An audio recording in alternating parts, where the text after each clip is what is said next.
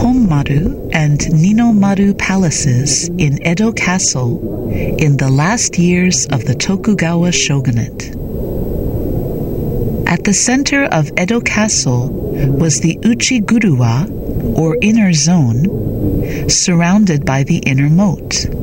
The Uchiguruwa comprised the Honmaru, Ninomaru, and Nishinomaru compounds and the Fukiage Garden. The Honmaru, Ninomaru, and Nishinomaru compounds each included their own palaces. This model reproduces the Honmaru and Ninomaru palaces in the last years of the Tokugawa shogunate on a scale of 1/200.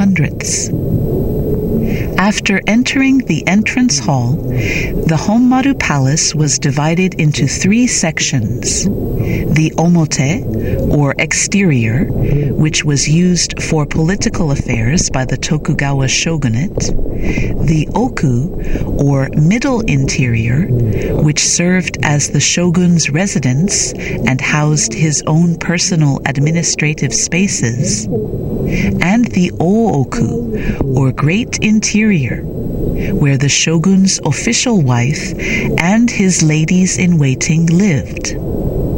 Adjacent to the Ooku was the main donjon, or tower, known as the Tenshudai.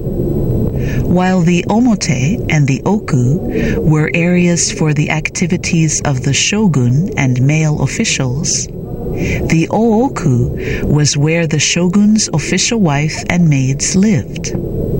These 2 sections were divided by copper walls and connected through 2 corridors known as Osuzuroka. The Ninomaru Palace mainly functioned as the residence of the retired shogun's official wife and mother.